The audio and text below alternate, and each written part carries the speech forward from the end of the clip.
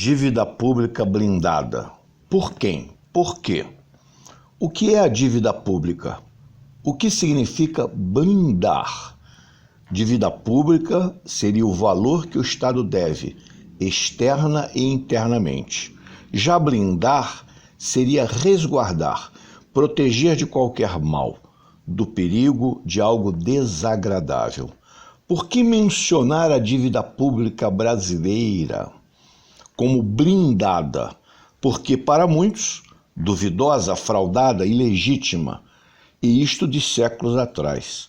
Porque jamais auditada, nem discutida, nem investigada com rigor, nem por administrações diversas, nem pela Big Media. E talvez trata-se o Brasil do maior devedor e melhor pagador do mundo. A dívida pública é das principais formas de um Estado financiar despesas, sendo a outra os impostos, lembrou Piketty. Mas ele assinala: o problema da dívida é que quase sempre ela precisa ser paga. Portanto, financiar a dívida é, acima de tudo, do interesse de quem tem meios para emprestar ao Estado. E seria melhor o Estado taxar os ricos em vez de pegar dinheiro emprestado deles. As elites brasileiras fizeram e fazem de conta que essa dívida não existe. Uma exceção, Tancredo Neves, que quando candidato explicitara: não pagarei a dívida pública com o sangue do povo brasileiro. E em quanto está essa dívida? Por que tem sido blindada? Quem a estaria blindando? Está em cerca de 5 trilhões e 500 bilhões. Por que estaria sendo blindada de tão longa data? Porque talvez não tão justa nem tão legítima. Fatorelli: no Brasil estamos emitindo nova dívida para pagar grande parte dos juros. Isto é escândalo, é inconstitucional. Nossa Constituição proíbe o que se chama de anatocismo. É juros sobre juros. Em resumo, a dívida pública seria um mega esquema de corrupção institucionalizada. Quem a estaria blindando? Os beneficiados por ela? Talvez por fraudes ou juros absurdos, que são exatos que detêm o poder, de fato, via Banco Central, controle da economia. Os mesmos que reduzem mais e mais taxas de juros pagas pelos bancos, enquanto os juros de cartão de crédito para o povão chegam a 307% ao ano, sem explicação razoável. A dívida pública aparente falseada, ilegítima, absurda pelos juros e sua aplicação, aponta de forma sintética para quem está no poder de fato no Brasil.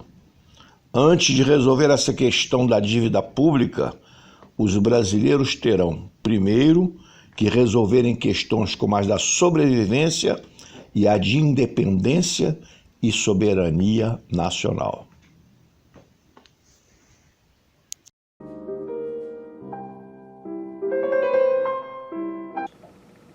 Amigos, fatos em destaque, Caminhando Jornal TV, número 27. Eu chamo a atenção para o mês de outubro, em que nós trataremos da questão da Revolução Russa e suas repercussões no mundo e no Brasil. E hoje vamos começar pelo nosso amigo aqui, Vladimir Loureiro. Olá.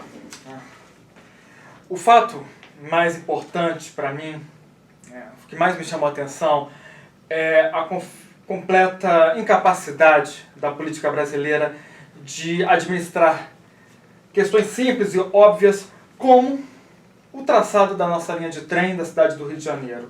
Eu estou vendo aqui, Jornal Globo, ramal do medo, traficantes armados em trens e venda de drogas junto a estações são rotina na linha do ramal Belford Roxo. Enquanto os ramais de trem são a coluna vertebral do transporte, da economia na Europa, nós temos isso aqui no nosso país. Dou minha opinião aqui a respeito de que a política criminal não está sendo eficiente. Se fosse eficiente a política criminal de perseguir essas pessoas, o que elas estão fazendo aqui não tem nada de bonito, nada de louvável.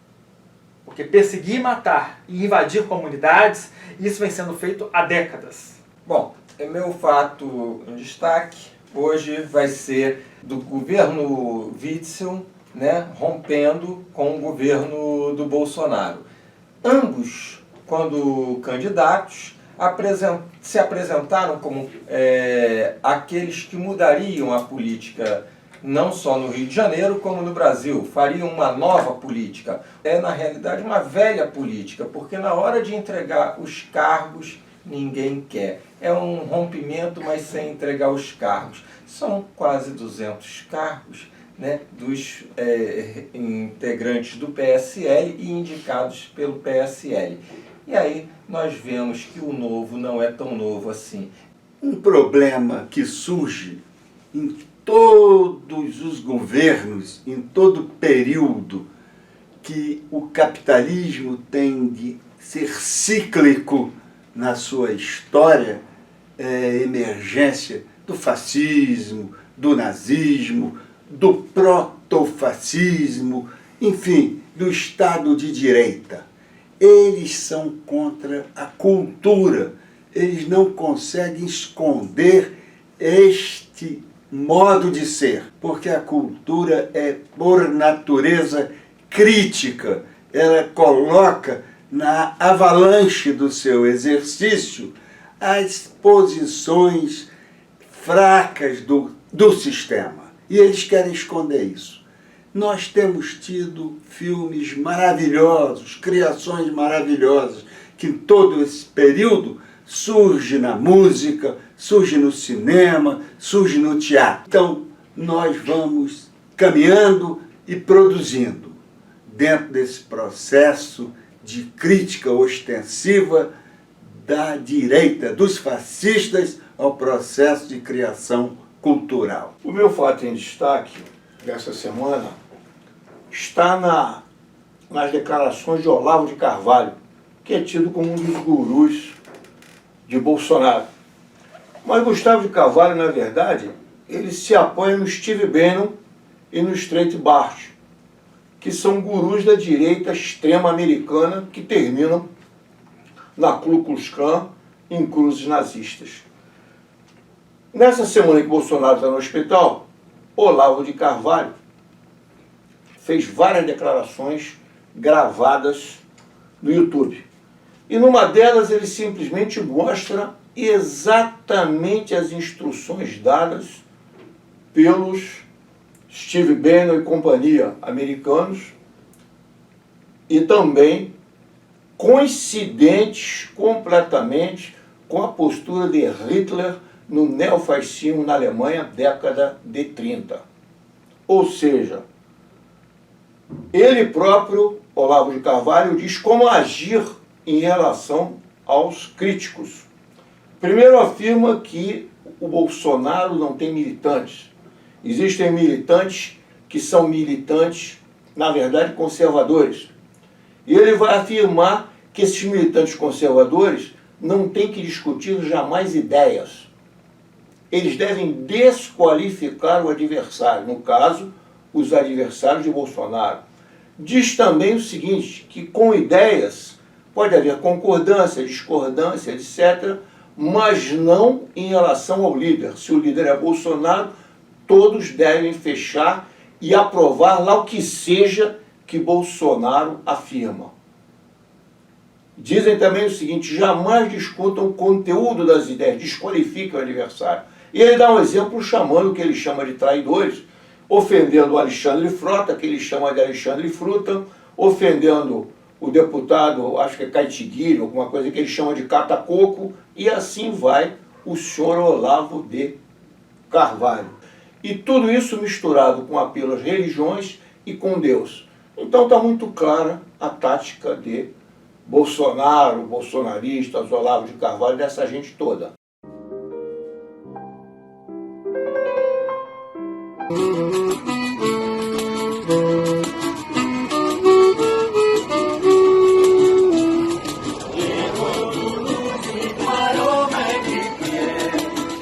lato en el corazón.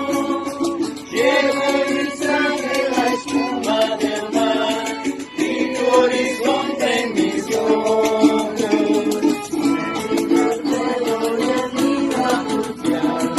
Soy como el viento en la piel.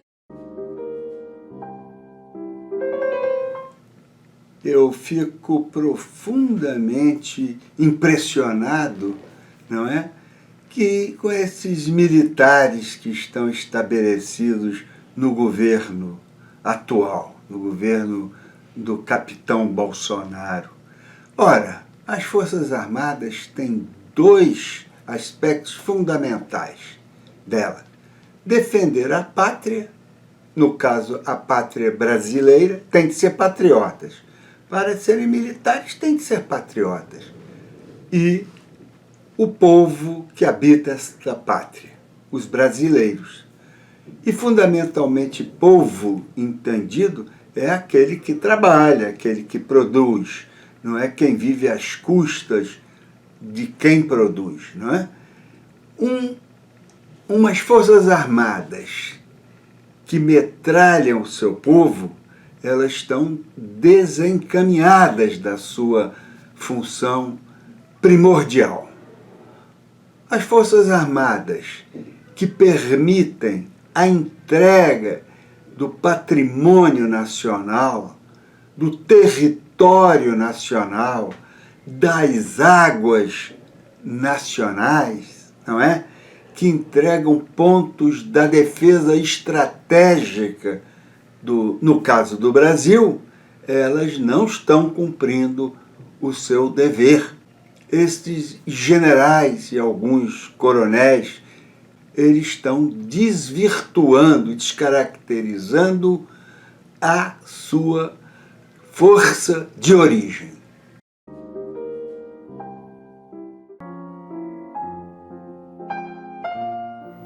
Eu sou Sandra Regina Santos, estou aqui para colaborar com o jornal Caminhando TV. Hoje eu quero falar sobre a importância de olharmos para certas profissões que desencadeiam muitas angústias, muitas frustrações e que tudo isso leva ao desalento e ao desejo de morte. Estamos nesse mês falando de suicídio e o suicídio tem aumentado bastante em todas as classes sociais. Estamos aqui para tocar num assunto importante que é sobre a preparação dos policiais, né? O que vem a ser essa preparação? Eu entendo que eles são poucos preparados para enfrentarem as situações de confrontos e de ameaças a todo instante. Eles não estão sendo adequadamente reconhecidos na sua profissão. É alarmante dentro do profissional da polícia o quanto eles se suicidam, o quanto eles estão adoentados. Enquanto profissional da psicologia, eu quero dizer da importância deles serem acolhidos, tratados, tanto com acompanhamento psicológico, quanto, se precisar, com acompanhamento psiquiátrico. Quando você, familiar ou amigo, escutar que a pessoa não tem mais desejo de vida, que a pessoa está desolada, que a pessoa está muito triste, indique para que ela seja acompanhada, porque se isso não for atendido, ela realmente pode levar ao suicídio.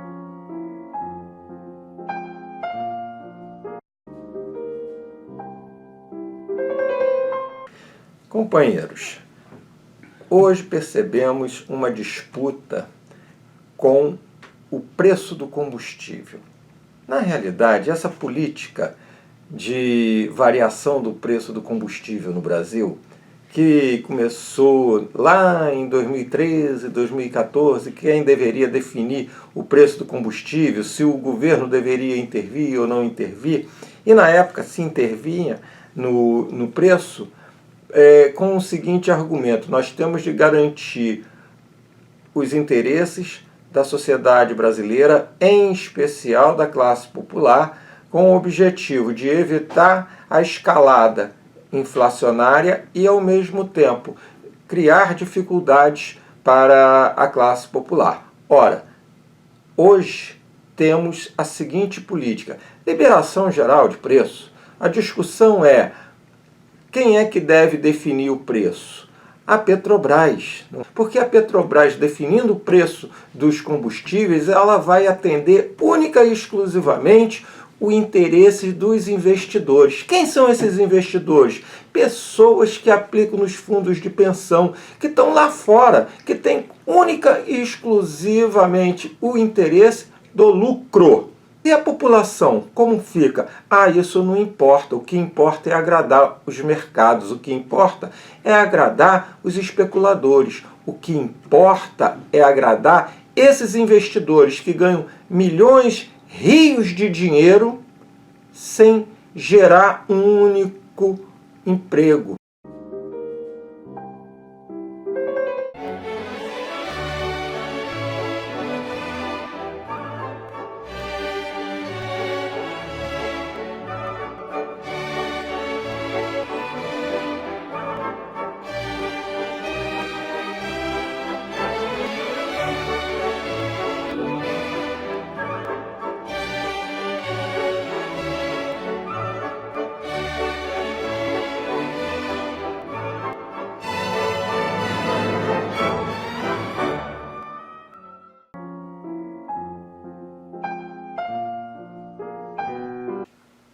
Seguindo alguns conceitos já tradicionais e também conceitos de Noam Chomsky no livro Estados Fracassados, o Brasil, além disso, seria um Estado fracassado.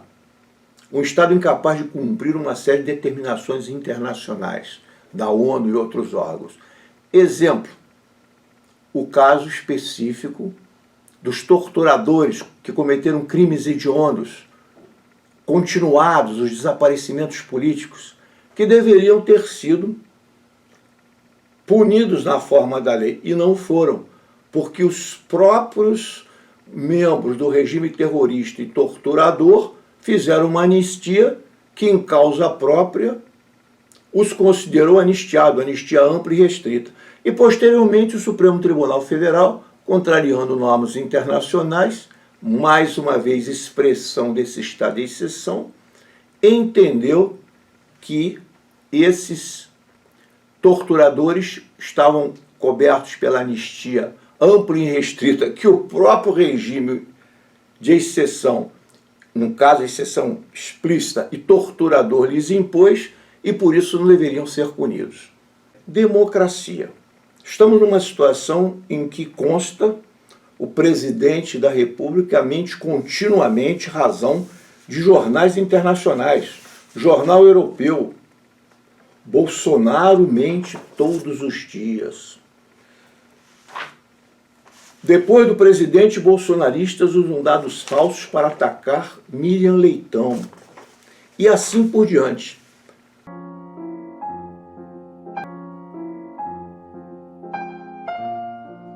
Alô, amigos do Caminhando Jornal da TV Comunitária do Rio de Janeiro. Falando em música popular brasileira, dos grandes clássicos, Um Dia de Domingo, de Michael Sullivan.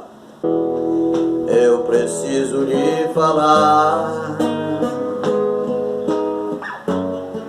te encontrar de qualquer jeito, pra sentar e conversar, depois andar de encontro ao vento. Eu preciso respirar o mesmo ar que te rodeia, e na pele quero ter o mesmo sol que te bronzeia.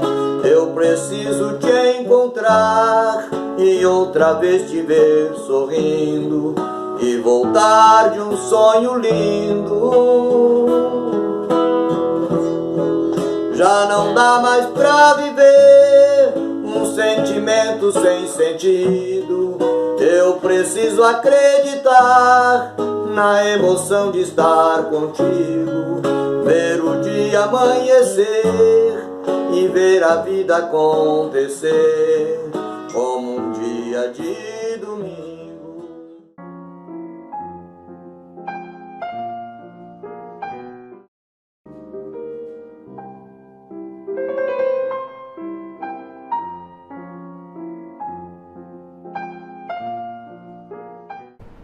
Sabe o que eu estou devendo para essa gente? Nada. Eu me esfolei de trabalhar, lutei, avisei, cansei de dizer para todo mundo e cansei de dizer, as pesquisas diziam, eu, Ciro Gomes, ganharia as eleições do Bolsonaro no segundo turno. Por que não se cogita o inverso? Por que o PT nem de longe, nem remotamente cogitou de retirar a candidatura? Eu nem pedi, não. Mas se querem me criticar, por que não inverte? Ele perdia em todas as simulações e eu ganhava em todas as simulações. Em 2014, eu engoli muito cocô com arame farpado para apoiar a reeleição da Dilma. Já foi isso que eles me pediram para fazer de novo. Em 2010, o Lula inventou a Dilma para continuar mandando no país, botando na presidência da República uma pessoa que não tinha nenhuma experiência política. Eu fui lá e ajudei. Em 2006, eu tirei minha candidatura e apoiei o Lula na reeleição dele. E não era trivial não, porque havia o escândalo do mensalão. Essa petezada agressiva agora frouxou toda, correu todo mundo embora. E eu é que estava 6h30 da manhã todo dia para esconjurar esse golpe. Não é? Em 2002 eu apoiei o Lula no segundo turno. Não chega não? Até quando eu vou ter que engolir em nome de uma pseudo-unidade que essa gente apropria o país, roube feito um condenado, se acostume com a vida e as frivolidades da burguesia, que é o que aconteceu com o Lula. O Lula se corrompeu. Desculpa, é doído dizer isso, o Lula se corrompeu. O Lula virou, sabe o quê? Um caudilho sul-americano. É o culto à personalidade. Toda a agenda do país agora é refém do egoísmo do Lula.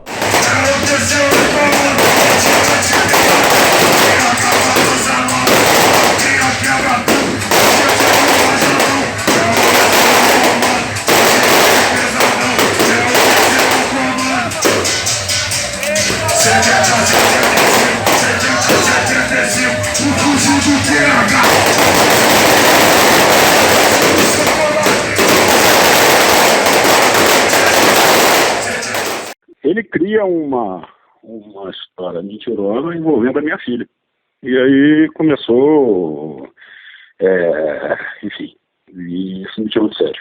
Foi num momento, logo depois que eu apresentei a exceção de suspeição dele, no caso não sei se foi do Eike Batista, o escritório onde a mulher dele trabalha é advogado do Eike. Aí ele inventa uma história envolvendo a minha filha, que é advogada, que a minha filha advogava na parte penal para uma empresa da Lava Jato. E minha filha nunca advogou na área penal, ela saiu de série. A minha intenção eu fui armado, eu ia dar um tiro nele e depois ia suicidar. Foi a mão de Deus. Desisti. Bom, minha dica é, em tempos de crise, que a gente possa compreender o que está acontecendo no Brasil, nos remetermos aos clássicos aqui do Brasil, tipo o General Werneck Sodré, tipo Caio Prado Júnior, Francisco de Oliveira. São intelectuais que nos ajudam a compreender a sociedade brasileira e, então, elaborar saídas para essa crise. Bolívar, qual a sua dica? Bem, poderia ter citado um Florestan Fernandes, enfim, de economistas, críticos, não é? O Rui Mauro Marini, Teotônio dos Santos, Vânia Bambira, essas pessoas que vivenciaram uma postura crítica e dando uma saída, talvez, para um caminho revolucionário no processo, fora o que já o cinema já está sinalizando, não é? Com filmes muito interessantes, como Bacurau, Taverna, A Liberdade, e vem agora também o filme sobre Marighella. Vladimir, qual é a sua dica? entre os dias, já estou falando bem adiantado, né? Entre os dias 16 e 20 de outubro, no Museu de Arte do Rio de Janeiro, na Praça Mauá, vai ocorrer a Festa Literária Internacional das Periferias. Essa festa ela culmina com um grande slam. O slam é um concurso de poesia em que jovens negras de periferia, de periferias de todas as partes do mundo vão declamar poesias. Mauro, qual é a sua dica? A minha dica hoje vai ser uma dica mais leve. Todos nós temos animaizinhos em casa, às vezes um cachorro, um gato ou outro animal. E agora, no Rio de Janeiro, se avisa que todos os animais deverão ter chips. E vai haver um registro geral dos animais, RGA, inclusive com carteirinha e foto. Então, realmente, que avanço. Mas veja um outro lado desse avanço no Rio de Janeiro e a característica brasileira, o cinismo. R$25 dizem vai custar para você registrar, levar o seu animal a uma dessas clínicas governamentais, instituições, etc., vai pagar R$25. Mas, se você levar uma clínica particular, o preço é livre. Ou seja, R$100, R$200, sabe-se lá quanto é. Brasil com Z e no lugar do I um cifrão. Nem sempre durareis eras sombrias de miséria moral. A aurora esperas, ó pátria, e ela virá com outras eras, outro sol, outra crença em outros dias. Em As Amazonas, de Olavo Bilac.